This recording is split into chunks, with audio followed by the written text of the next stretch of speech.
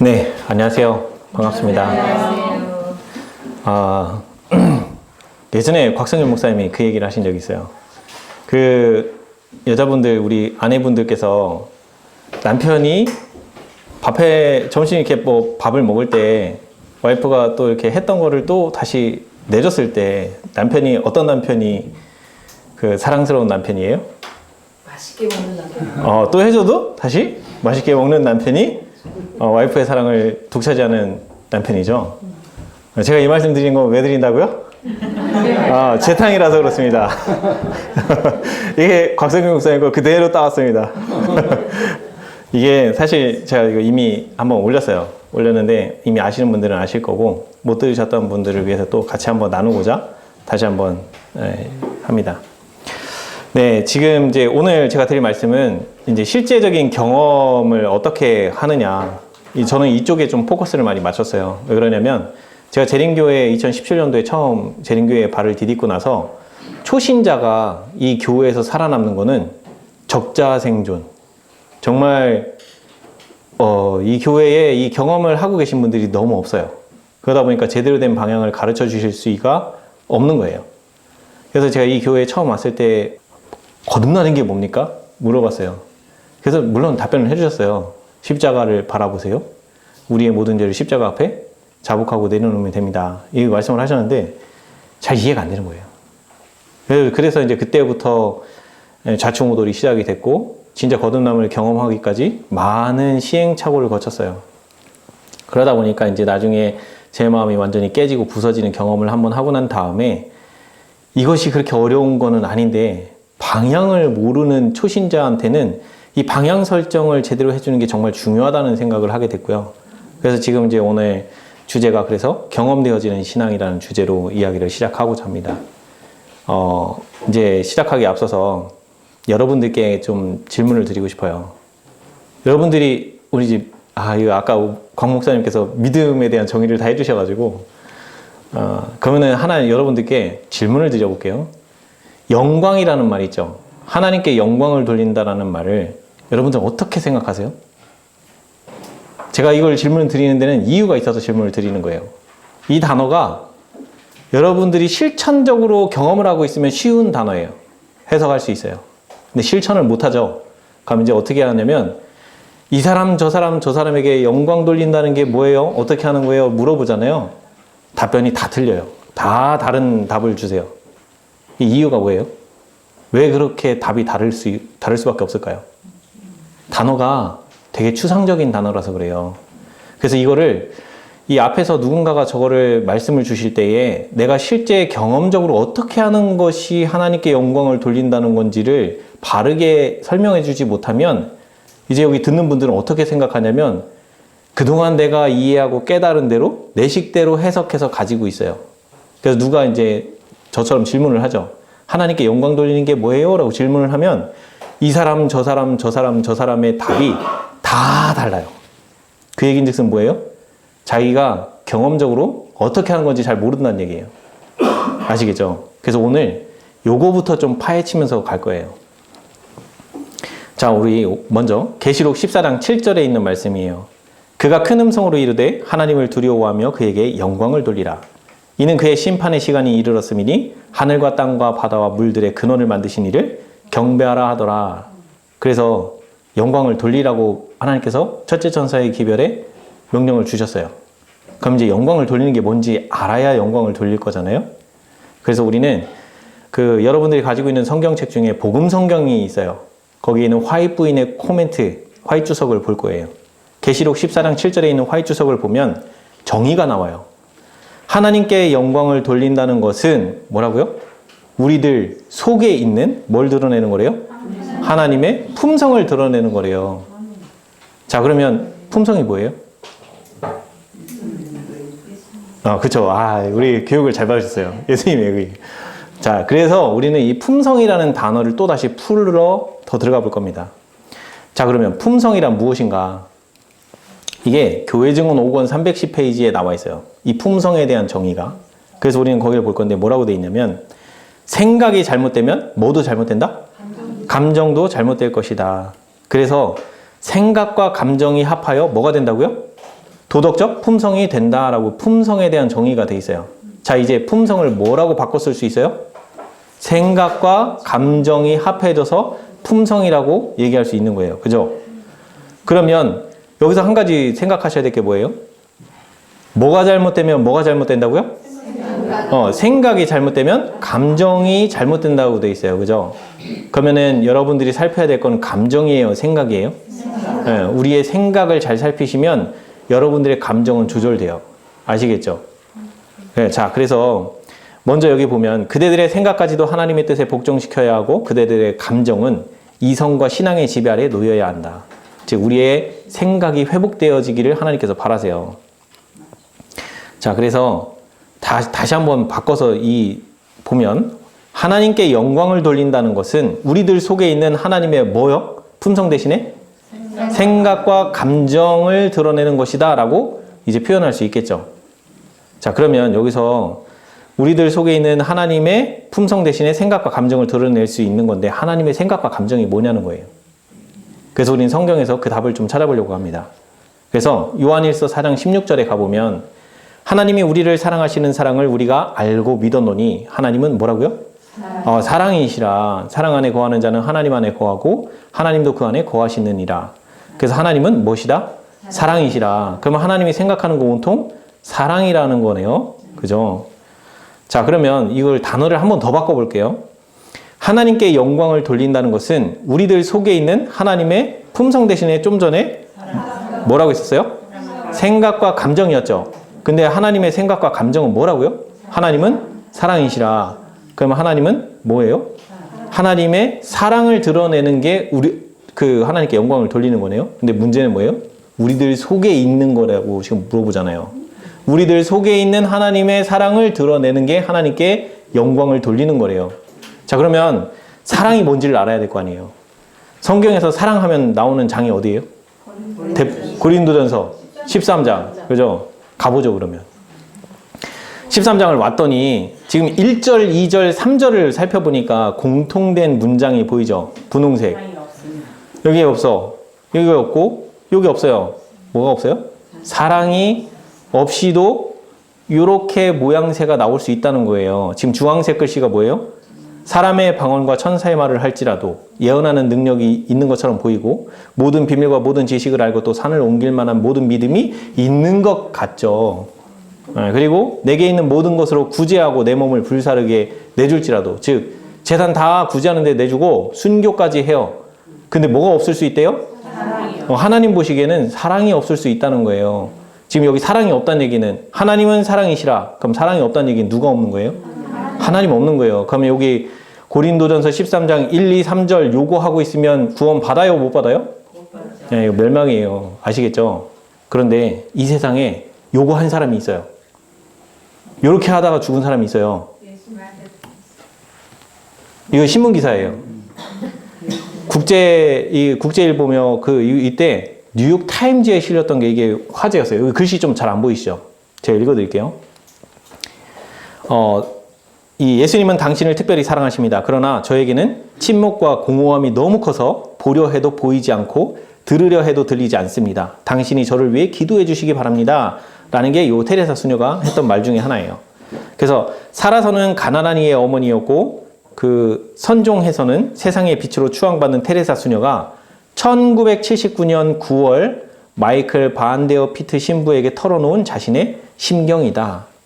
그래서 그가 그해 79년 12월에 그 노르웨이 오슬로에서 노벨 평화상을 받을 때 뭐라고 얘기하냐면 예수님은 우리 안에 있고 우리가 만나는 가난한 사람들 안에도 있고 우리가 주고 받는 웃음 안에도 있다고 말한 것과 판이한 내용이다. 뭐라고요? 노벨 평화상 받을 때 그렇게 얘기했다는 거예요. 그랬는데 미국의 시사주간지 타임지에서 그 테레사 수녀가 생전에 가까웠던 그 피트 신부와 주고받은 편지들을 실은 마더 테레사 내게 빛이 되어주소서라는 그 책이 출간돼서 이 신의 부재를 고민했던 테레사 수녀의 내면 세계를 알 수 있게 됐다고 그 타임지에서 이게 신문이 실렸던 거예요. 그래서 이게 한때 이슈가 되게 많았었어요. 그래서 거기에 뭐라고 나오냐면 타임은 이 타임지에서는 테레사 수녀가 쓴 편지 40여 통은 그가 신의 존재를 느끼지 못했음을 보여주고 있으며 테레사 수녀에게 신의 부재는 봉사활동을 시작한 48년부터 숨진 97년까지 계속됐다고 전했다. 테레사 수녀는 편지에서 자신이 겪는 외로움과 어둠, 고통을 지옥에 비유하고 가끔 이것이 천국은 물론 신의 존재까지도 의심하도록 자신을 이끈다고 털어놓기도 했다. 그는 자신의 내면 상태와 공적으로 보이는 모습의 불일치를 거론하며 미소는 모든 것을 감추는 가면이거나 외투라고 말했다. 이게 테레사 수녀의 고백이에요. 죽을 때까지 지금 누구를 모르는 거예요? 여기 이 마음에 평안이 있어요, 없어요? 없죠. 어떻게 될까요? 아시겠죠? 그래서 우리가 사랑을 바로 알아야 돼요. 진짜 사랑은 어디 있어요? 고린도전서 13장 4절부터 7절까지예요. 우리가 하나님의 사랑이 무엇인지를 더 깊이 이해하고 깨달아야 돼요. 그래서 우리 앞에서도 말씀 이제 많이 주셨지만 여러분들 그 십자가를 바라보세요라고 할 때 그 십자가에서 뭘 바라보시는 거예요? 그 하나님의 사랑을 바라보라라는 말은 다 익숙히 들었어요. 그럼 하나님의 사랑이 어떻게 비춰지냐는 거예요. 그 십자가에서. 그게 나에게 와닿지 않으면요. 십자가는 나에게 아무 의미 없어요. 이해가 되세요? 그래서 여기 사랑은 지금 뭐가 나와요? 사랑은 오래 참고부터 나오죠. 얼마나 참으세요? 우리 다 참아요. 참는 거는 참을 수 있어. 어디까지요? 내 인내의 한계까지는 참아요. 근데 누가 내 인내의 한계를 더 건들면 어떻게 돼요? 폭발하죠. 그럼 어떻게 돼요? 돌아버리죠. 이게 돌면 이제 어떻게 돼요? 막말이 막 나오고 나의 여러 가지 행동들이 나오겠죠. 이해가 되세요? 그리고 여기 지금 쭉 보면 온유하고 또 악한 생각하지 말고 성내지 말고 이런 거 다 우리가 이렇게 안 낼 수 있어요? 그러면 4절부터 7절까지 있는 이 사랑은 우리가 할 수 있는 사랑이에요, 아니에요? 이 하나님께서 즉 이 하나님이셨으면서 성육신하셔서 이 땅에 오신 예수님께서 보여주신 사랑은 어디까지 보여주셨어요? 십자가에서 달리시기까지 그 모든 과정, 겟세마네에서 그 갈바리의 그 과정까지 여러분들 시대의 소망 74장부터 78장까지 꼼꼼히 잘 읽어보시면 곳곳에서 참으시는데 그 참음이 내 열받는데 참아 이런 참음이 아니에요. 너무 불쌍하고 그럼에도 자기들이 무슨 죄를 짓는지 알지 못하고 멸망의 길에 서 있는 그들을 보면서 불쌍히 여기는 마음으로 그들이 무슨 짓을 해도 그것이 예수님에게는 상처가 되는 것이 아니라 오히려 그렇게 하고 있는 그들이 불쌍해 보이는 거예요. 우리에게 그런 마음이 있어요? 없어요. 아시겠죠? 그래서 지금 우리가 여기 와서 뭘 확인한 거예요? 지금 하나님은 사랑이시라고 했고 그 사랑이 무엇인지 와서 잠시 확인한 거예요. 그래서 예수님이 십자가에서 못 박히실 때 두 손에 못을 박히면서도 무슨 기도가 나왔어요? 네, 그 못 박고 있는 병사들을 향해서 저들이 하는 짓을 저들이 알지 못하니 아버지 용서해달라고 그 기도를 하시잖아요. 만약에 우리가 십자가에 못 박히면 우리는 어떻게 할까요? 기도는 고사하고 손에 지금 못이 들어오죠. 그러면 어떻게 돼요? 아프죠. 아프면 기도해야 된다는 생각 들어요, 안 들어요? 그게 우리 상태잖아요. 이해가 되시죠?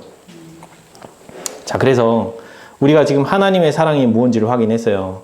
그러면은 하나님께 영광을 돌린다는 것은 이걸 다시 한번 되짚어보면 우리 속에 있는 하나님의 품성을 드러내는 건데 그 품성은 결국에는 하나님의 생각과 감정이었고 하나님은 어떤 생각과 어떤 감정을 가지신 분인지 확인해 보니까 하나님은 사랑이셨는데 그 사랑을 확인해 보니 고린도전서 13장 4절부터 7절까지 있는 그 사랑이더라.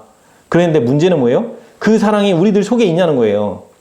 없어요. 그죠? 없는 걸 확인했어요.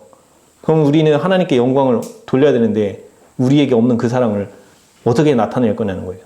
그래서 우리는 이제 이 과정 속에서 뭘 확인해야 되냐면 선악간의 대쟁투에서 우리 안에서 벌어지고 있는 이 일을 잠깐 살펴볼 거예요.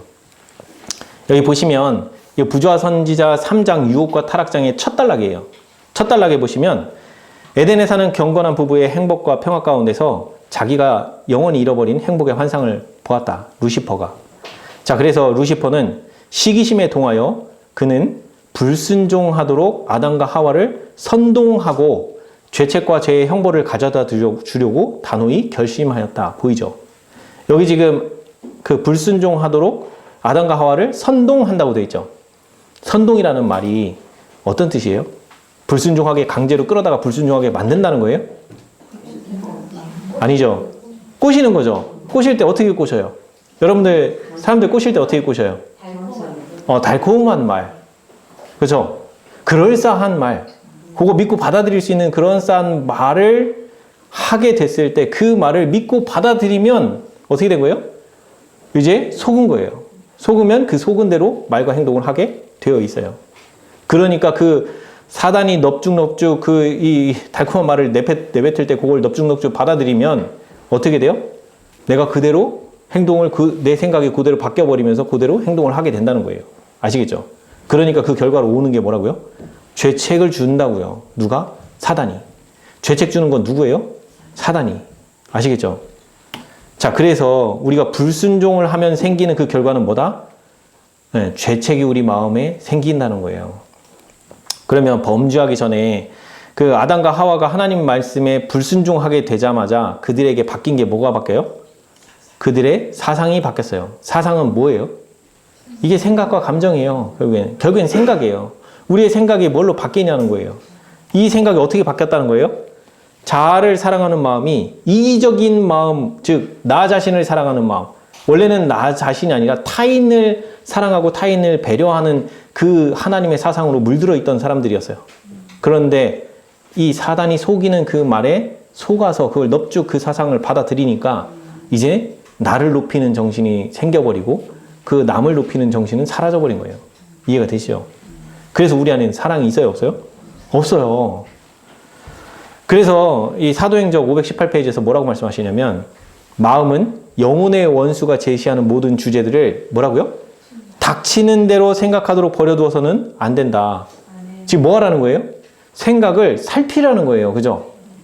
우리의 지금 고린도전서 13장 4절부터 7절까지에 있는 오래 참는 게 안 될 때, 그리고 악한 생각이 일어나고 성질나고 막 이런 생각들이 물밀듯이 밀려오고, 그 다음에 자랑하고 싶은 마음, 뭐 이런 것들이 밀려올 때 뭐 하라는 거예요?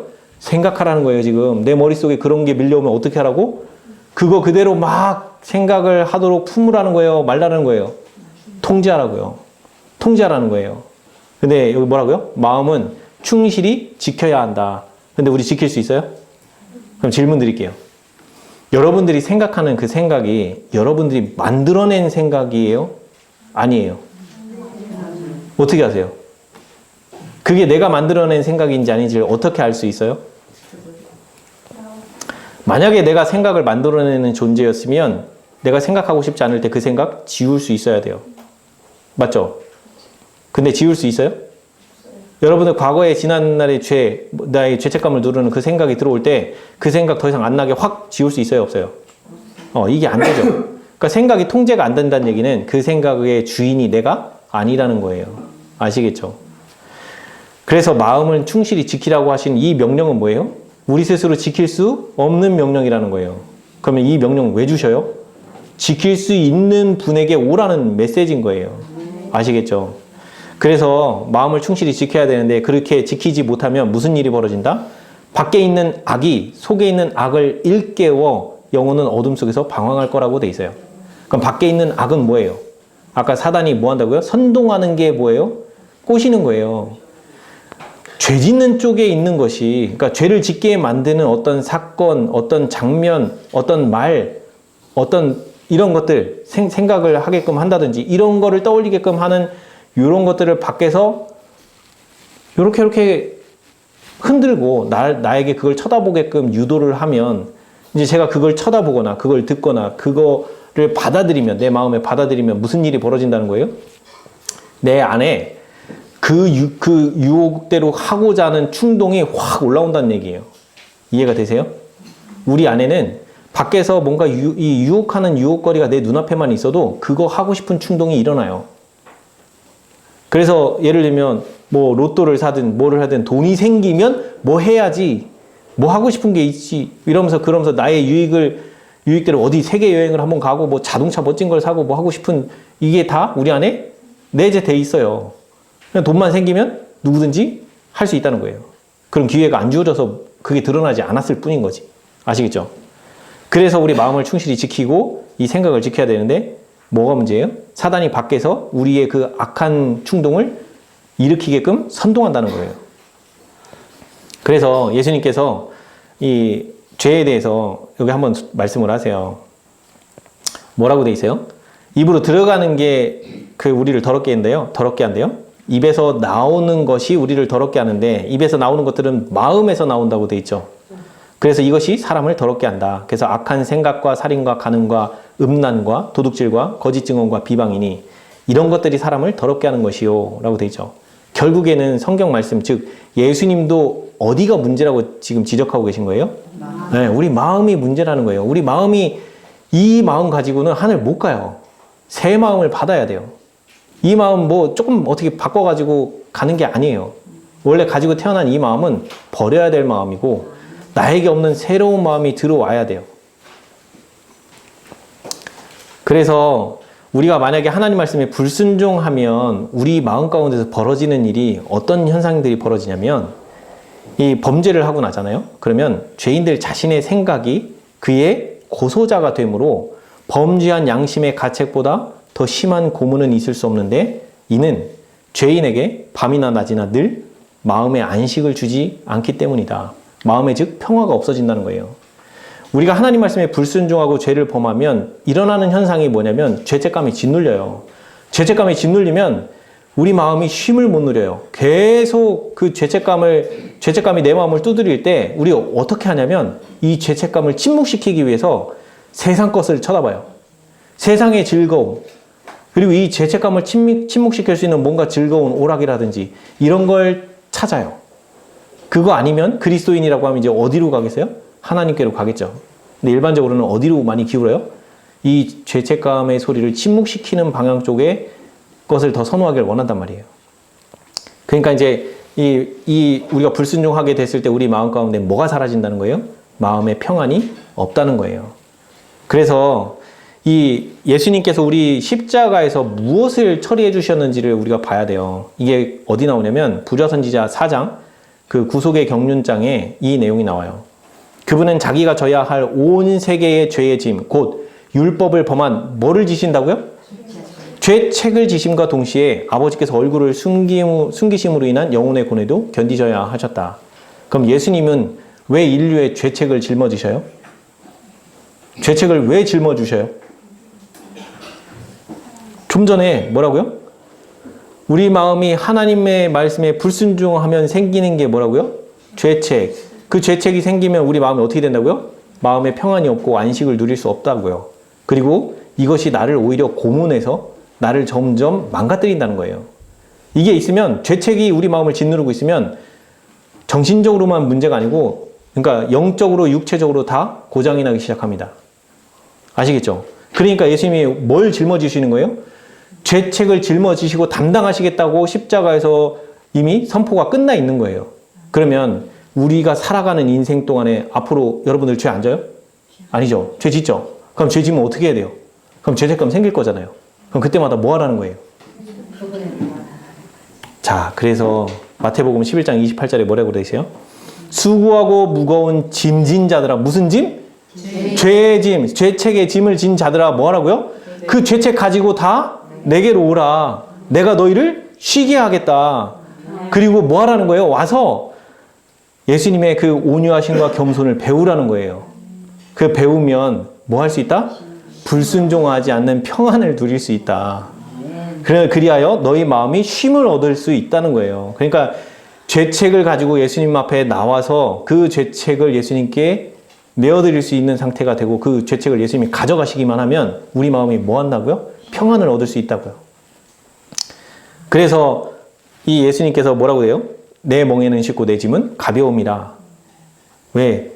만약에 예수님이 이 죄책을 담당하지 못하시는 분이면 어떻게 온 인류의 죄책을 다 감당하실 수 있겠어요? 근데 그 온 인류의 죄책은 예수님이 충분히 감당하고도 남는다는 얘기예요. 그럼 여러분들이 죄책 생기면 그 즉시 어떻게 해야 돼요? 달려가야 돼요. 이 죄책을 처리해 주실 분에게. 그래서 수고하고 무거운 짐을 다 가지고 와서 내게 쉬라고 하시는 그분께 가지고 가면 돼요. 가셔서 예수님을 보고 깨닫고 알면 되겠죠. 자, 그래서 우리는 우리 죄를 가지고 가서 어떻게 하냐 나와 있죠. 우리 죄를 뭐 하면 돼요? 자백하면 돼요. 이게 다예요. 우리가 할 수 있는 전부예요. 우리가 죄책을 가지고 가서 뭐 이거 드리는 것조차도 우리 목사님 아까 말씀하셨죠. 드리는 거 우리가 안 돼요. 그러니까 어떻게 하시냐?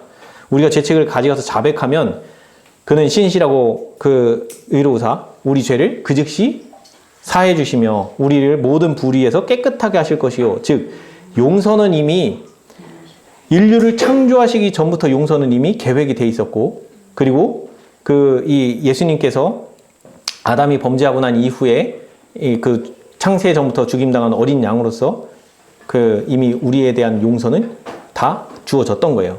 구속의 경륜은 이미 구속의 경륜이 만들어질 때부터 모든 범죄한 인류에 대한 죄값은 다 용서가 끝나 있어요. 하나님 편에서는. 문제는 뭐예요? 범죄하고 있는 죄인들이 하나님의 용서를 받아들일 수 있느냐 못 받아들이냐, 이게 핵심 포인트예요. 근데 어떻게 받아들일 수 있냐는 거예요. 그 용서를.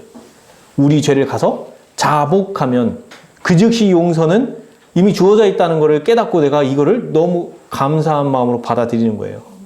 아시겠죠? 자, 그래서 한 번 더 살펴보면 이거는 갈라디아서 3장 24절에 있는 화이트 주석을 찾아보면 나와요. 여기 보면 율법은 범죄자를 용서할 힘이 없고 범죄자에게 예수 그리스도를 가리켜 보인다.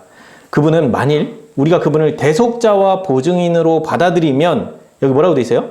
내가 너의 죄를 가져가서 담당할 것이요. 누가요? 예수님이 가져가서 담당하신다고 돼 있죠. 그 다음에 뭐래요? 죄를 가져가서 담당하신과 동시에 나는 너에게 나의 의를 입혀 주겠다. 동시에 벌어지는 일이에요. 그리고 아까 우리 그 요한일서 1장 9절에 있는 말씀, 나의 그 죄를 가서 자백하면 그는 미쁘시고 의로우사 뭐라고요? 나의 죄를 사하시며 그 다음에 나를 바로 깨끗하게 해주신다고 약속을 주셨죠. 지금 이게 지금 그렇게 성취되는 말씀이 지금 보여지세요? 그분을 대속자와 보증인으로 받아들인다는 건 뭐예요? 나의 죄책을 짊어지신 분으로 세상 죄를 지고 가는 하나님의 어린 양으로 인정하고 그분께 나의 죄짐을 내어드릴 수 있으면, 즉 자복하면 이 죄책은 누가 가져가신다고요? 예수님이 가져가서 담당하신다는 거예요. 그리고 그 즉시 용서는 내가 받아들여지게 되고 내 마음에 평안을 얻겠다는 거예요. 그래서 여기 이제 성경 말씀에 예레미야 17장 9절에 보면 만물보다 거짓되고 심히 부패한 건 뭐라고요? 마음이라. 근데 문제는 뭐예요? 누가 능히 이를 알리오마는. 자기 마음이 이 거짓되고 부패한 마음이라는 걸 깨닫는 게 쉬워요? 어려워요? 어렵단 말이에요. 쉽지 않다는 거예요. 그리고 평온한 마음은 육신의 생명이나 시기는 뼈를 썩게 하느니라. 즉 평안한 마음을 얻는 것이 지금 가장 핵심 키포인트라는 거예요. 그래서 예수님께서 이 땅에 오셔서 뭐래요? 회개하라, 천국이 가까이 이르렀느니라. 그때 천국이 왔어요? 그럼 진짜 예수님께서 말씀하시는 천국은 무슨 천국이에요? 여러분들이 마음이 쉼을 얻고 평안을 얻는 거예요. 어디로부터? 죄책감으로부터 자유함을 얻고 마음의 평안과 쉼을 얻는 게 그게 천국이라는 거예요. 그게 이 땅에서 맛보는 천국이라는 거예요. 아시겠죠? 그래서 이 평안이 깨지면 뭐가 문제예요? 내 마음이 다시 괴롭고 힘들고 곤란하고 어려운 처지에 놓인다는 거예요. 그래서 잠언 16장 32절에 뭐라 그래 있어요? 노하기를 더디하는 자는 용사보다 낫고 자기 마음을 다스리는 자는 성을 빼앗는 자보다 나으니라. 노하기를 더디하는 거 쉬워요? 어려워요? 안 되죠. 이 노하는 게 지금 뭐예요? 감정이죠. 지금 우리 감정에 포커스 맞추면 안 돼요. 감정은 뭐가 잘못되면 뭐가 잘못된다? 생각이 잘못되면 감정도 잘못된다고 되어 있죠. 그럼 노한다는 얘기는 노하고자 하는 생각이 머릿속에서 이미 품어진 거예요. 그러니까 내 감정이 이어져서 나오는 거예요. 이해가 되시죠? 그러면 내가 나에게 분노를 일으키는 생각을 내가 계속 품으면 돼요? 안 돼요? 그 분노를 일으키고자 하는 생각이 일어날 때 뭐 하셔야 돼요? 예수님께 달려가셔야 돼요. 이 분노가 일어나는 이 생각, 예수님 이것 좀 가져가 주세요. 저 이 생각 포기하기로 결심합니다. 아시겠죠? 그럼 아까 고린도전서 13장 4절부터 7절까지 있는 그것이 안 될 때, 오래 참는 게 안 될 때마다 뭐 하셔야 돼요? 기도하셔야 돼요. 오래 참을 수 있는 마음을 주세요. 저 오래 참는 마음이 없어요. 제게 없는 그 마음 주셔야 제가 오래 참을 수 있어요. 주장하시라고요. 아시겠죠? 그리고 거기 성내거나 악한 생각하거나 이런 모든 게 그런 거 할 때마다 뭐 하라는 거예요? 계속 기도하라는 거예요. 그 순간마다. 기도해서 나에게 그 마음을 넣어달라는 거예요. 그래야지 내가 말과 행동으로 그게 나와져요. 그래서 예수님이 뭐라고 하신다고요? 회개하라, 천국이 가까웠느니라. 즉 마음에 평안을 주시고자 하는 게 예수님의 뜻이에요. 그래서 예수님이 십자가 사건 이후에 부활하시고 제자들에게 첫 그 열 제자, 그때 도마 없었죠. 열 제자에게 딱 나타나셔서 하신 첫 마디가 뭐예요? 평안할지어다. 첫 마디가 뭐예요? 평안할지어다. 왜 그들에게 평안이 필요해요? 그들 지금 뭐 하고 있었어요? 문 꼭 걸어 잠그고 자기들도 불려가서 죽을까 봐 마가의 달방에서 꼭꼭 숨어갖고 지금 그러고 있었잖아요. 그죠? 근데 부활하시고 그러고 나서 제자들에게 나타나서 먼저 하신 말씀이 뭐예요? 평안할지어다. 예수님께서 가장 우리 죄인들에게 주시고 싶은 건 뭐냐면 마음의 평안이에요. 어떤 평안이요?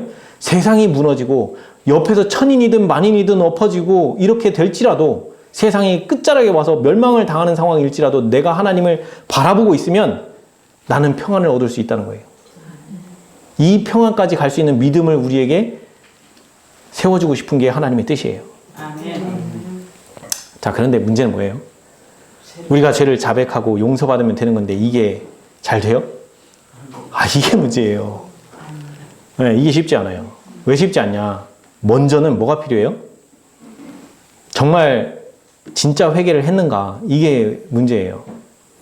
왜 그러냐면 우리가 지금 내가 악한 생각이 일어나고 오래 참지 못하고 이럴 때마다 우리가 뭐 할 수 있어요? 예수님께 기도로 가지고 나가서 저 참을 수 있는 마음 달라고 하면 예수님이 주실 수 있어요. 아멘. 왜? 우리가 내 이 죄된 생각 이거 사용하는 거 포기하기로 결심하고 하나님께 그 새 마음을 구하고 있기 때문에. 그런데 문제는 뭐냐면 거듭남 전에 이걸 주장하고 구해도 하나님이 주셔요. 왜 그럴까요? 지금 그 영혼이 죄를 버리기로 결심했기 때문에 그래요. 아시겠죠? 근데 그 사람이 영적 상태가 내가 아직 깊은 죄인이라는 사실을 깊이 깨닫지 못했을지라도 그가 아직 아주 조금 요 정도밖에 죄를 몰라요. 그런데도 불구하고 그 작은 죄를 깨달았을 때 그거 버리기로 결심하고 나오더라도 하나님이 도와주세요. 뭐 대표적인 예로 제가 그랬어요. 담배 끊고 술 끊고 그 다음에 뭐 돼지고기 끊고 막 이러는 과정 속에서 제가 그때 거듭난 상태가 아니었어요. 근데 그때마다 뭐 했어요? 담배를 25년을 피다 보니까 중독이 걸려가지고 안 피면 금단 현상이 미친 듯이 일어나는 거예요. 근데 담배를 끊으려고 했는데 이게 내 의지로 끊어봤어요. 언제까지? 6개월 동안. 25년 중에 제가 할 수 있는 최고는 6개월이었어요. 그 6개월 이상 끊지를 못했어요. 그리고 그 다음부터는 포기하고 이제 끊는 건 안 되는구나. 막 피고 다녔어요. 그러다가 말씀을 만났죠. 네 몸이 성전인 것을 알지 못하느냐. 그래서 그 다음부터 어떻게 해요? 이거 끊어야 되겠다. 근데 끊어져야 말이죠.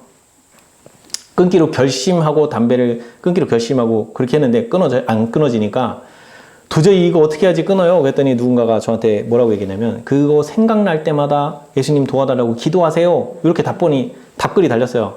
그래가지고 그냥 그대로 실천했어요. 그래가지고 끊기로 딱 결심했는데 그 다음부터 오는 게 바로 금단현상이 올라오죠. 초 단위로 들어와요. 초 단위로. 방금 담배 끊기로 결심했는데 그 순간 또 피러 나가고 싶은 충동이 딱 일어나니까 어떻게 해요? 하나님 저 담배 끊을 수 있게 도와주세요. 저 지금 담배 피우고 싶은 생각이 너무 들어요. 도와주세요. 그 기도 드렸어요. 그리고 한 발짝 딱 옮기려고 딱 하는데 벌써 또 피우고 싶은 생각이 또 들어요. 이런 식으로 초 단위로 중독이 깊어지면 이렇게 초 단위로 끊으려고 해도 미친 듯이 마음에 몰려와요. 근데 그때마다 뭐 하는 거예요? 초 단위로 계속 기도하는 거예요. 계속. 그러면 이 초 단위로 들어오던 게 10초 단위, 1분 단위, 10분 단위, 그 다음에 1시간 단위, 몇 시간 단위, 그러다 하루 지나가고, 그러다가 하루가 참아지면 이틀이 참아지고, 그러다가 일주일이 참아지고, 이렇게 된 거예요.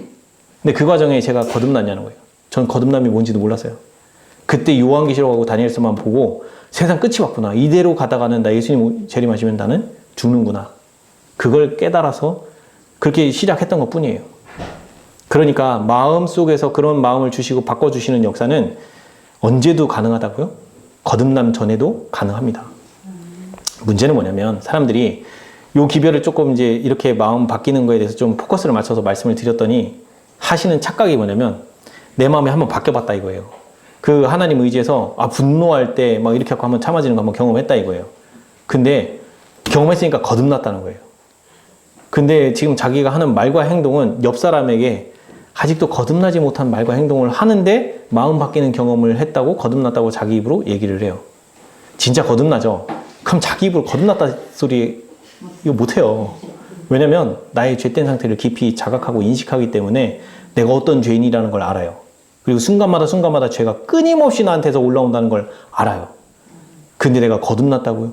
아니 구원받았다고요? 이런 소리 하는 게 쉬운 게 아니에요.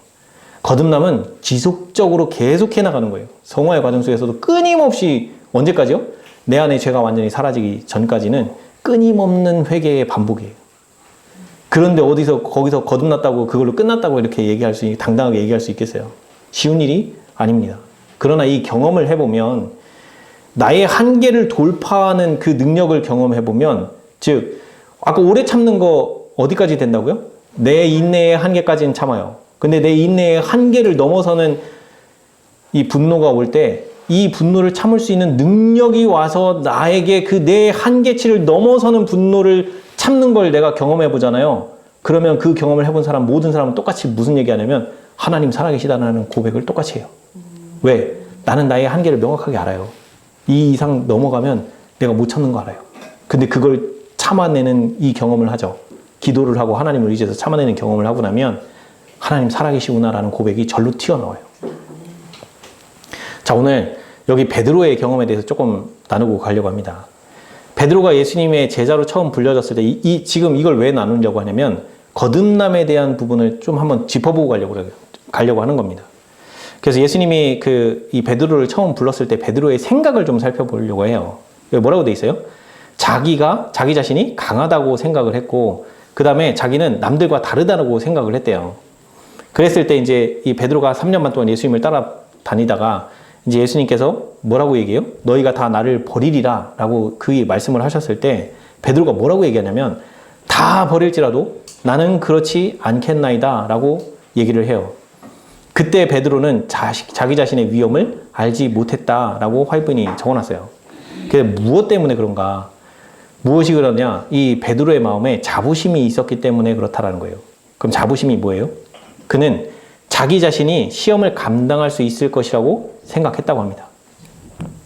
그래서 몇 시간 뒤에 이르러서 그 예수님을 부인하고 저주하고 이런 일을 했죠. 그러고 나서 닭이 울고 나서야 비로소 이 베드로가 뭘 깨닫냐면 예수의 하신 말씀을 기억하고 그가 이제 막 저질러 놓은 일, 그게 뭐예요? 예수님을 부인하고 저주하고 이런 짓을 한 거예요. 욕하고. 근데 지금 그 짓이 누구랑 똑같은 짓이에요? 예수님을 판 유다나 베드로가 한 짓이나 똑같이 뭐 한 거예요? 예수님 배신한 거예요. 그죠? 그러니까 지금 어때요? 베드로의 마음에 놀라움과 충격을 느낀 거예요. 왜 놀라움과 충격이 왜 왔어요? 베드로 마음에. 자기는 절대 다른 제자 다 버려도 저는 예수님 절대 안 버려요 하고 뭐 했어요? 장담하고 있었다고요. 근데 지금 실제 그 상황에 딱 닥쳐보니까 내가 생각했던 대로는 원래 나 이렇게 할 거야 라고 했는데 상황에 닥치니까 어떻게 됐어요? 저주하고 부인하고 욕하고. 그러니까 지금 자기가 생각했던 거와 실제 말과 행동이 전혀 다른 자기 자신을 처음으로 목도를 한 거예요. 아시겠죠? 이게 거듭나는 사람들에게서 처음 이 거듭남 현상을 경험을 할 때 이런 현상이 벌어져요. 저에게도 이런 현상이 있었고, 저도 이 교회에 와서 한 2년 반 동안 성경과 예언의 시를 무지하게 읽고 듣고 보고 진짜 잘 때 빼고는 귀에다가 이어폰 꽂고 열심히 들었어요. 그랬더니 머릿속에 지식은 꽉 찼어요. 거듭나기 전에 지식 차면 어떻게 돼요? 바리새짓 해요. 남 정죄하고 비판하고 바리새짓 하게 돼 있어요. 저도 그 상황에 있었어요. 그랬는데 뭐가 문제냐면 교회에서는 아이고 이 집사님 하면서 누군가가 높여주고, 그리고 저도 열심히 아까 고린도전서 13장 1절부터 3절 있죠. 그거 열심히 했어요. 근데 문제는 뭐예요? 제가 이중적이라는 걸 깨닫지를 못하는 거예요. 교회에서는 이 집사님 하면서 막 뭐 대단하다 막 이런 소리 들으니까 막 제가 그런 줄 착각하고 집에 와서는 와이프랑 투닥거리면서 싸우고 막 이러면 내 입에서 야 이거 나가고 있는데 문제는 뭐예요? 내가 이렇게 하는 거는 누구 때문에 그렇다? 너 때문에 그런 거야. 네가 나를 자극하고 네가 나를 화나게 하니까 네가 이렇게 하니까 내가 이렇게 하는 거야 라고 하면서 뭐 하는 거예요? 자기 합리화를 하고 있는 거예요. 근데 이게 죄라는 거를 전혀 인지를 못하고 있었어요. 근데 그게 언제 계기가 돼서 깨졌어요. 그런 내 자신을 본 거예요. 진짜 대판 싸웠어요. 대판 싸웠는데 그 싸움의 과정을 통해서 2년 반이 지나고 나서 성경과 예언의 신을 많이 알았으니까 하나님과 많이 가까워졌고 이제 나는 천국행이다 라고 했던 이 착각이 완전히 와르르 다 무너졌어요. 2년 반 전 내가 하던 행동, 그 죄된 모습이 그대로 다 튀어나온 거예요. 그래서 저는 2년 반 동안 열심히 말씀을 연구하고 알아서 지금 많이 바뀌었다고 했던 그것이 다 착각 속에 있다는 거를 제 자신을 그때 처음 봤어요. 그리고 진짜 그때만큼 진짜 좌절과 낙담과 진짜 죽고 싶다는 생각이 그때 들었어요. 왜냐면 세상으로 돌아가기에는 너무 많이 알았어. 다시 돌아갈 수가 없는 거예요. 거기는 100% 멸망. 근데 앞으로 나가려고 전진해서 왔는데 지금 여기 어딜 만난 거예요? 낭떠러지에서 만난 거예요, 지금. 어떻게 해야 될지를 모르겠는 거예요. 성경과 예언의 신의 말씀을 열심히 보고 들었어요. 그렇게 알고 배우고 했는데 결과는 뭐예요? 2년 반 전 성경을 접하기 전 내 모습이 그대로 다 튀어나온 거예요. 그럼 지금 여지껏 해온 거 지금 잘하고 있다는 거예요? 못하고 있다는 거예요? 잘못됐다는 거잖아요. 2년 반 동안 죽을 힘을 다해서 달려왔는데 이 길이 결국에는 잘못된 길이었어 라는 걸 확인하는 순간 뭐예요? 좌절이, 진짜 어마어마한 실망과 좌절이 오는 거예요. 그때 진짜 죽고 싶다는 생각을 한 2달 동안 진짜 미친 듯이 진짜 머릿속에 죽고 싶다는 생각밖에 안 들었어요, 계속. 그래가지고 어머니가 야, 와라, 밥 먹어라, 밥 먹어라. 와서 밥 먹어라. 그럼 이제 밥 먹고 그 주변에 이 천변을 산책하는데 계속 죽고 싶다, 죽고 싶다. 이 생각밖에 안 드니까 어머니가 야, 그렇게 생각하지 말고 그때 옆에서 잡아주신 게 저희 어머니예요. 그러면서 그때 깨달은 거예요. 이 죄책감의 무게를 내가 감당할 수 없구나. 수고하고 무거운 짐이라는 게 이거였구나.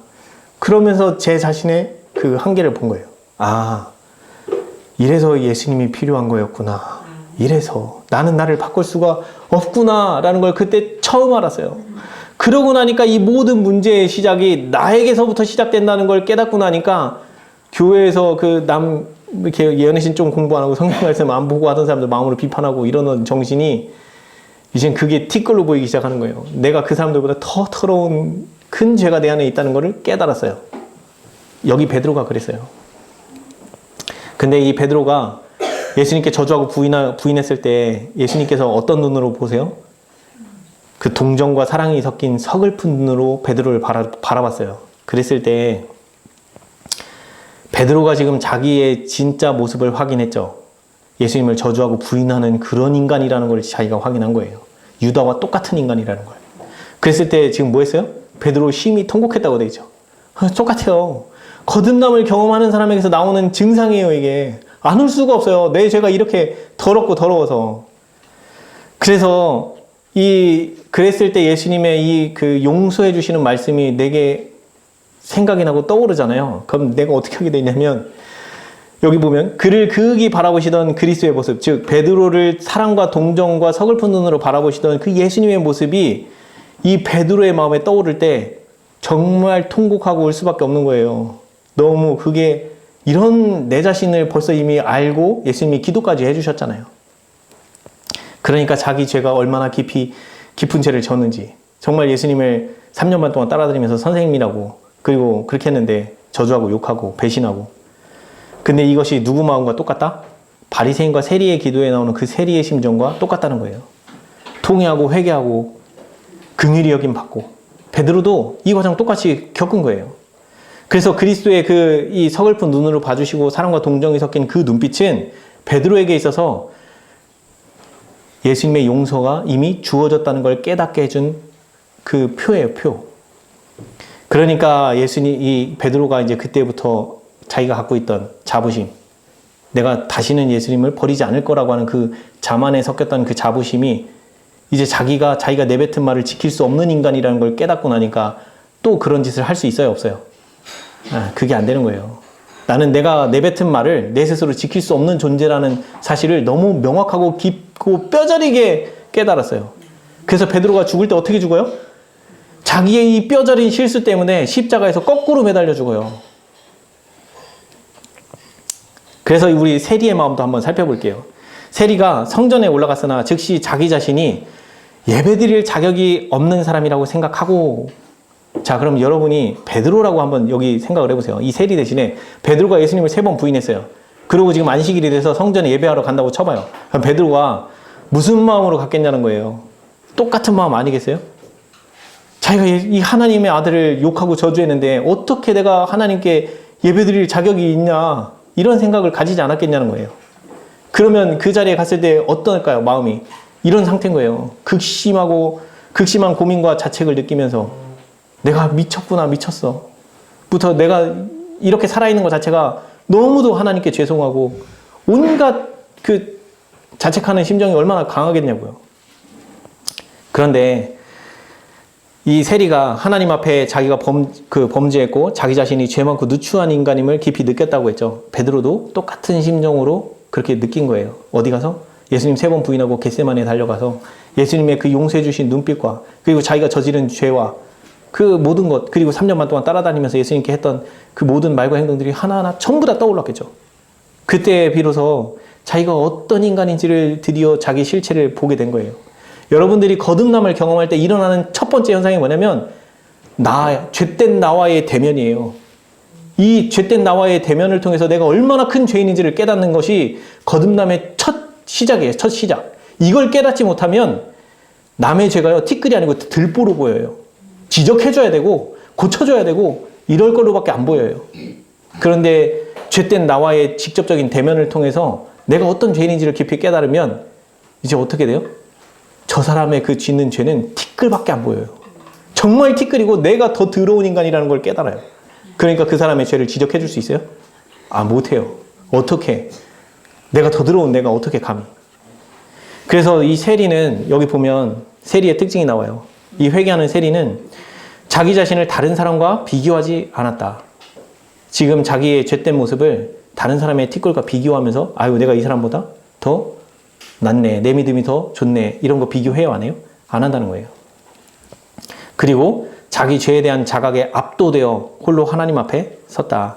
그래서 이 회개한 그 세리의 심령에는 뭐예요? 죄 사함 받는 게 유일한 소망이었어요. 그리고 죄 사함을 받으면 마음에 어떻게 된다고요?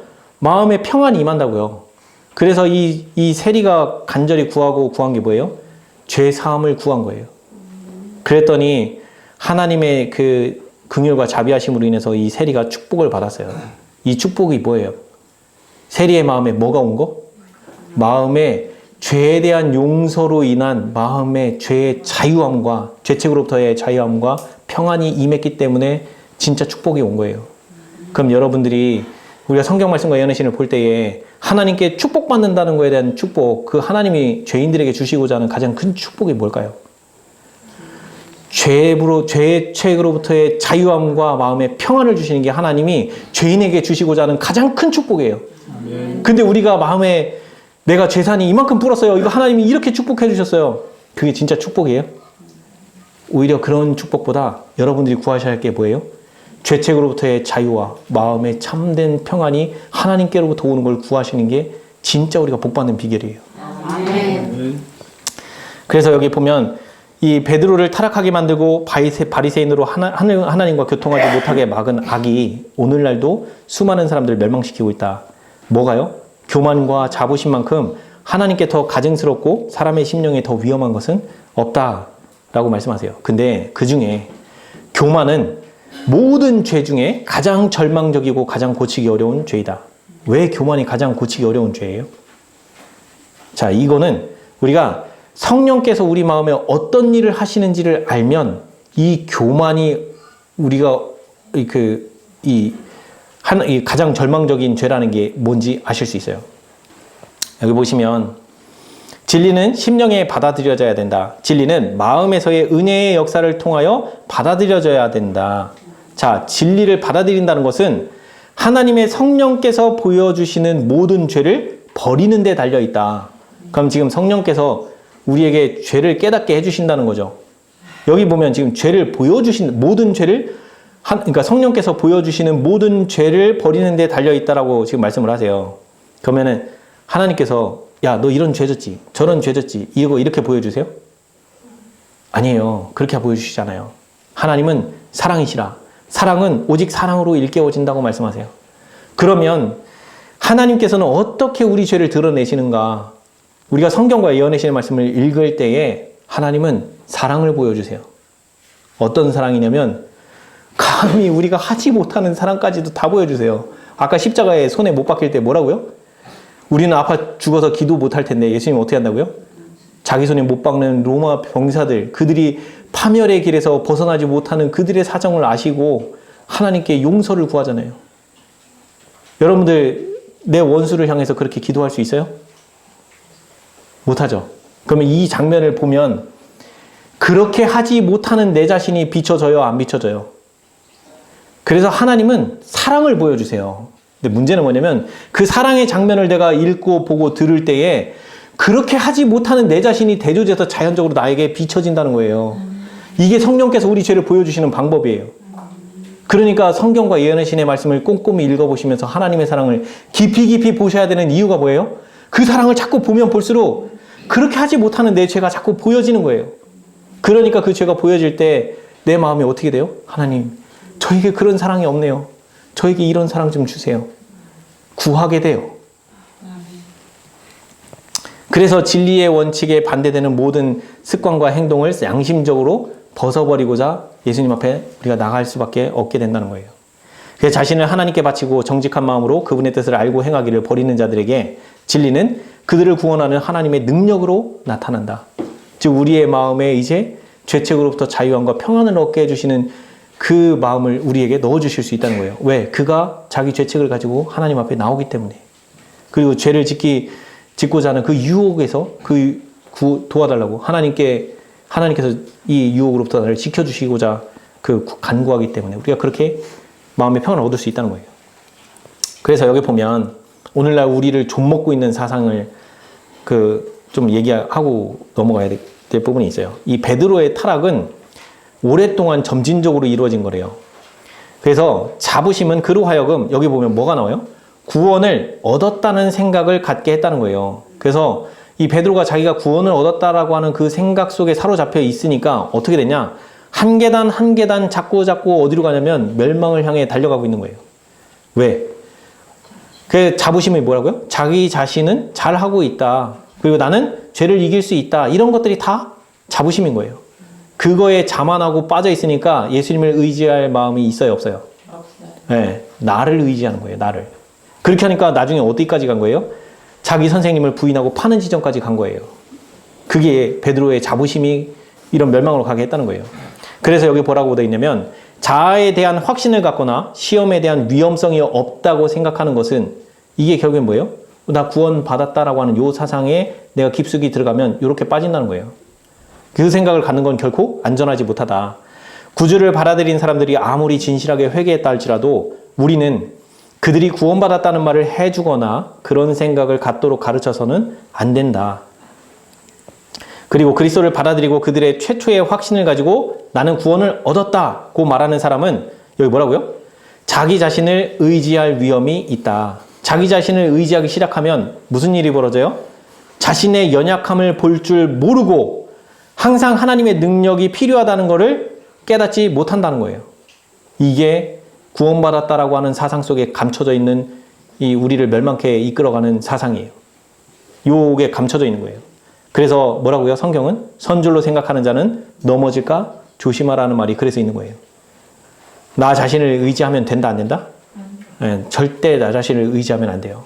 나는 내 입으로 화장실 갈 때 나올 때 마음이 변덕이 죽을 듯 바뀌는 인간이에요. 직접 그 상황에 놓여지면 나도 무슨 짓 할지 몰라요. 그거를 항상 인지할 수 있는 이 마음은 언제부터 생겨요? 그게 거듭남 이후부터 이 마음이 생겨요. 내 자신의 한계가 명확하게 어떤지를 깨닫는 게 그 거듭남의 거듭남을 통해서 그거를 보게 되기 때문에 그래요. 그래서 베드로가 실패한 것은 자부심 때문이었고 그의 발이 다시 굳게 설 수 있었던 것은 진실한 회개와 겸비를 통해서였다. 그래서 이 베드로가 회개한 걸 예수님이 확인하시죠. 어떻게 했어요? 예수님이 오셔서 네가 나를 사랑하느냐? 그랬더니 베드로가 제가 주를 사랑합니다 라고 얘기하죠. 근데 그거 원어로 살펴보면 너 나 아가페 사랑해? 라고 예수님이 질문한 거예요. 아가페 사랑은 뭐예요? 이기심이 섞이지 않은 사랑을 할 수 있냐는 거예요. 근데 베드로는 뭐라고 했냐면 저 필레오 사랑밖에 못해요. 저에겐 아가페 사랑할 능력이 없어요. 라고 하면서 뭐 한 거예요? 자기 자신을 낮춘 거예요. 예수님이 두 번째도 또 뭐라고 불러요? 너 아가페 사랑하니? 베드로가 뭐라고 얘기해요? 저 필레오밖에 못해요. 그러니까 예수님이 세 번째 뭐라고 물어보세요? 너 필레오 사랑하니? 예, 저 필레오 사랑밖에 못합니다. 그 세 번의 대화 내용은 베드로가 얼마나 철저하게 낮춰서 있는지, 드디어 자기 자신의 한계가 어디까지인지를 명확하게 깨달은 베드로의 대답이었던 거예요. 그래서 비록 베드로가 큰 죄를 범했을지라도 버림받지 않았다는 거예요. 즉 내가 죄를 범하면 우리가 항상 이 현실에서 내가 이 신앙생활 속에서 내가 죄를 범하죠. 불순종했다는 생각이 들면 무슨 생각이 바로 치고 들어오냐면 하나님이 나를 노한 눈으로 쳐다보시거나 하나님이 지금 나와 함께하지 않는다거나 이런 게 우리 마음을 괴롭혀요. 근데 범죄한 베드로를 하나님이 포기하셨다고요? 여기 뭐라고 적혀있어요? 죄를 범했을지라도 버림받지 않았다. 하나님은 그 영혼이 죽을 때까지 꼭 붙잡고 계세요. 자, 아까 말씀드렸지만 교만이라고 하는 이 죄는 뭐가 문제냐면 교만의 죄는 하나님의 성령께서 죄를 보여주실 때 그 죄가 내 앞에 드러날 때 그 죄를 더 이상 달가워하고 듣고 싶어 하지 않는 게 이 교만이라고 하는 마음이 그걸 막아요. 그래서 뭐가 문제냐면 성령께서는 계속 죄를 보여주시고자 하는데 교만한 마음이 내 자리에 있으면 자꾸 그 소리를 듣기 거부하면서 자꾸 반대 방향으로 나간단 말이에요. 그러면 성령께서 그 영혼을 깨닫게 하시고자 죄를 자꾸 보여주시는데 죄를 안 보려고 자꾸 거부하면 무슨 일이 벌어져요? 회개할 수 있어요? 없어요? 불가능해요. 그러니까 이게 바로 뭐예요? 이게 성령 모독죄예요. 성령께서 하시는 일을 자꾸 거부하고 뒤로 물러나고 그거 받아들이길 원치 않으면서 자꾸 뒤로 물러갈 때 내 마음은 이제 더 이상 죄를 보는데 달가워하지 않기 때문에 내 죄를 들춰낼 때 짜증내고 화를 내는 거예요. 이거 누가 했어요? 예수님 초림 때 바리새인들이 그렇게 했어요. 아시겠죠? 그래서 교만죄는 성령 모독죄와 연결이 되는 거예요. 그래서 성령 모독죄를 거치면 다시는 구원이 없는 이유가 그거예요. 아무리 성령께서 역사를 해도 그 마음이 자기 죄인이라는 사실을 자각하고 깨닫고 받아들이려는 마음이 없기 때문에 그래요. 그걸 거부하기 때문에. 그러니까 모든 죄는 다 용서를 받는데 유일하게 죄사함 못 받는 게 뭐라고요? 성령 모독죄예요. 그게 뭐다? 나의 죄를 깨닫게 하시는 성령의 역사를 거부하는 거기 때문에 그런 거예요. 그래서 이 절망과 공포 속에 사람들로 죄를 범하게 하고 그들로 절망과 공포 속에 빠져 용서받기를 두려워하게 만드는 것이 뭐라고요? 사단의 특별한 계책이다. 그러니까 여러분들 죄책감이 생겼을 때 거기서 머뭇거리고 있을 게 아니고 죄책감이 생기자마자 그 즉시 어떻게 해야 돼요? 그 죄책을 가지고 예수님 앞에 나가서 자복하면 나의 죄책은 예수님이 가져가서 담당하시고 그 즉시 내 마음에 평안을 주신다고 보증하셨어요. 이 말씀을 붙잡고 무슨 일이 있어도 주장하시고 그렇게 해서 내 마음이 죄책감으로부터 자유와 평안을 얻는 걸 경험하세요. 이거 진짜 중요한 겁니다. 여기서 마지막으로 조금 길지만 이거까지 하고 마무리할게요. 여러분들이 사단의 유혹을 정복하기 위해서 반드시 필요한 게 있어요. 뭐였냐면 뭐라고요? 뇌가 몸을 통제한다. 자, 여기 보면 뇌는 신체의 중추요 모든 신경 세력들과 정신적 행동의 중심지이다.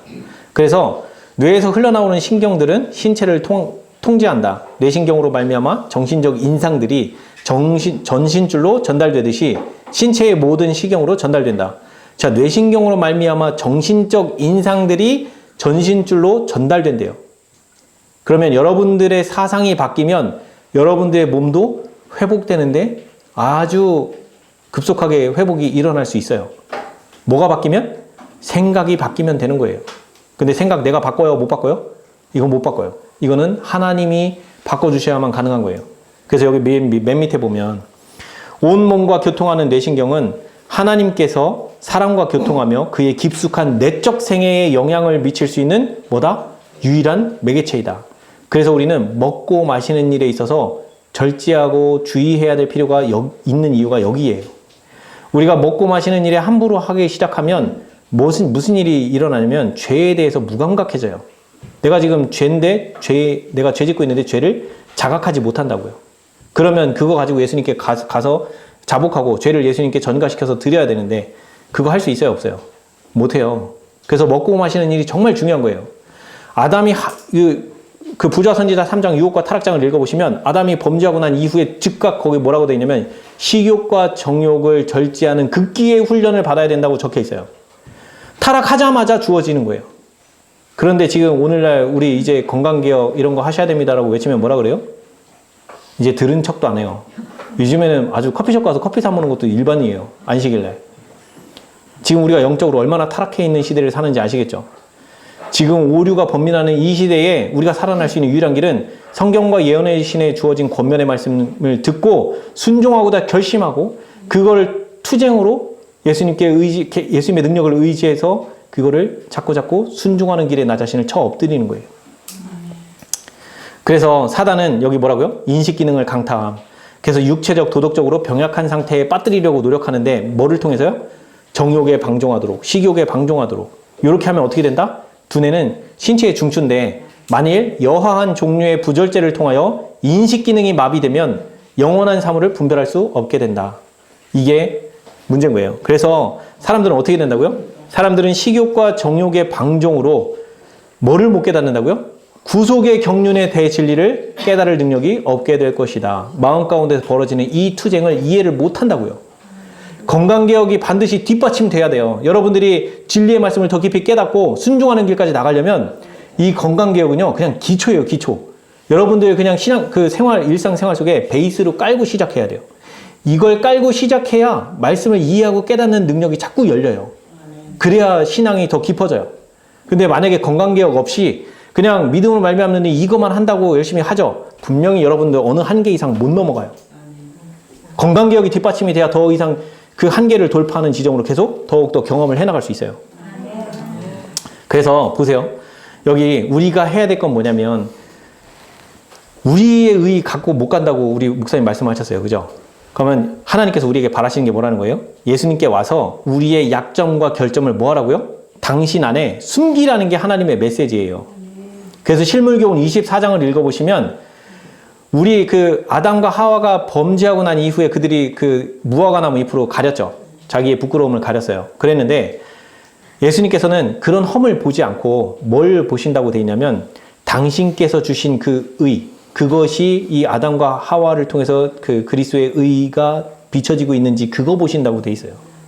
그럼 우리가 지금 우리 마음 가운데는 이기심 이거 갖고 말과 행동하는 거 이거 드러내는 게 아니라 하나님께로부터 받은 새 마음을 통해서 나오는 그 하나님의 사랑이 내 말과 행동에 나와질 때 하나님은 너 내가 준 거 그거 그대로 말과 행동으로 드러냈네? 너 내 아들이야. 요거 보시는 거예요. 이게 하나님이 보시는 완전이에요. 여러분들 안에 죄가 완전히 깨끗해져야 된다. 이거 아니에요. 우리 예수님 재림하셔서 홀연히 변함을 입기 전까지는 우리는 죄와 분리되지 않아요. 그리고 다만 우리가 늦은 인침을 받을 때 죄에 대한 도말이 일어나는 거지. 그리고 다시는 죄를 범하지 않을 수 있는 그 상태로 품성이 고정되는 것 뿐이에요. 근데 아직 우리가 죄와 완전히 분리됐어요? 아니에요. 우리 안에 죄가 그때도 남아있어요. 언제 없어져요? 홀연히 변화함을 입어서 완전히 이제 하늘 갈 수 있는 육체로 바뀔 때. 그때야 비로소 우리가 죄와 완전히 분리되는 거예요. 그 전까지 뭐 하라는 거예요? 나의 그 이기적인 이 욕망대로. 고린도전서 13장 4절부터 7절까지 있는 그거 못하는 정신이 자꾸 나오려고 할 때 뭐 하라는 거예요? 그거 기도로 가지고 와서 예수님 안에 숨기라는 거예요. 그거 숨기고 새 마음 받아서 예수님 거 드러내라는 거예요. 이게 우리 안에서 벌어져야 되는 투쟁인 거예요. 그래서 여기까지 해서 여기 마지막에 있는 말씀 중에 여러분들이 상심될 때도 기도하라고 요 말씀이 있어요. 우리가 신앙생활 하다 보면 얼마든지 실망하고 낙담할 때가 있습니다. 그때 뭐 하라고요? 실망 중에 있을 때에는 뭐 하라고요? 입을 굳게 다물고 사람들에게 말하지 말라. 오직 이 모든 것을 예수님께 아뢰라. 그대의 연약한 상태에서 무한한 능력을 붙잡으라. 그래서 우리가 조심해야 될 게 뭐냐면 내가 힘들죠. 자꾸 사람 의지하려고 해요. 우리 그때 사람 의지하지 말고 나의 이 모든 문제를 예수님께 가져가서 고백하고 예수님의 능력을 받아서 마음의 평안과 이 위로를 얻는 걸 경험하셔야 돼요. 아직 상황 안 바뀌었어요. 내가 아직 욕먹고 있고 내가 아직 억울하고 그런 상황에 놓여 있어요. 그럼에도 불구하고 나의 마음은 이미 예수님께 가서 내 마음 고침받아서 새 마음 들어와서 내 마음은 평온해진 거예요. 아시겠죠? 이게 신앙생활하는 그리스도인에게서 나와야 될 정신이에요. 상황 바뀌지 않았어도 내 마음은 이미 하나님으로 인하여 평안 상태에 들어가 있는 거예요. 아시겠죠? 우리가 신앙생활할 때 이제 실천적인 신앙 하셔야 돼요. 여러분 삶에서 신앙이 내 삶에서 경험되어지지 않으면 아무짝에 쓸모없어요. 단지 그냥 책과 종이일 뿐이에요. 아시겠죠? 내 삶 속에서 경험되어지는 신앙 하시는 거예요. 자, 여기까지 하고 말씀 마치도록 하겠습니다. 기도드리겠습니다. 사랑과 은혜가 많으신 우리 주 예수 그리스도 하나님 아버지, 우리 주께서 이 집회를 통하여 귀한 말씀을 나눌 수 있도록 인도하시고 우리 삶 가운데 하나님을 믿는 믿음을 어떻게 실천하는 것인지, 어떻게 경험하는 것인지 더 깊은 영적 통찰력을 얻을 수 있도록 이 남은 집회 기간에 성령께서 임하여 주시옵소서. 아멘. 그리하여 우리 모두가 경험 가운데서 하나님을 찬양하고 경배하는 귀한 우리 하나님의 백성들에게 인도하여 주시옵소서. 아멘. 사랑과 은혜가 많으신 우리 구주 예수 그리스도의 이름으로 간절히 기도드리옵나이다. 아멘. 감사합니다. 감사합니다.